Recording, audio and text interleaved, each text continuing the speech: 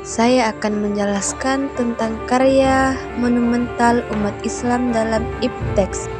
Karya merupakan wujud karunia Tuhan yang diberikan kepada manusia berilmu dan dituangkan dalam bidang seni ataupun ilmu pengetahuan. Monumental di Kamus Besar Bahasa Indonesia adalah monumental tergolong sebagai adjektif bersifat menimbulkan kesan peringatan pada sesuatu yang agung. Islam adalah ajaran yang bersumber dari Allah Subhanahu wa Ta'ala yang dibawa melalui para rasulnya sejak Nabi pertama Nabi Adam alaihissalam hingga Nabi Muhammad SAW.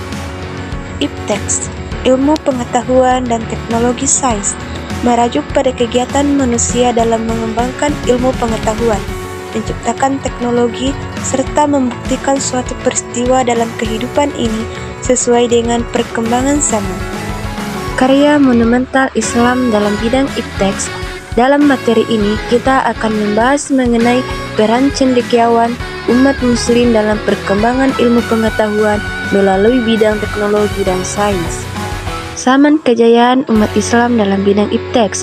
Zaman kejayaan Islam 750 Masehi sampai 1258 Masehi adalah masa ketika para filsuf, ilmuwan, dan insinyur dari dunia Islam menghasilkan kontribusi terhadap perkembangan teknologi dan kebudayaan, baik dengan menjaga tradisi yang telah ada ataupun dengan menambahkan penemuan dan inovasi mereka sendiri.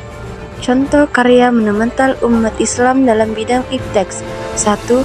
Perpustakaan Bait Al-Hikmah yang dibangun oleh Khalifah Al-Ma'mun pada zaman dinasti Abbasiyah. 2. Istana Topkapi yang dibangun pada masa Utsmaniyah. 3. Universitas Sulaimaniyah yang dibangun oleh Sulaiman Al-Konaini. Ini hanyalah sebagian kecil dari karya-karya umat Islam di bidang ipteks.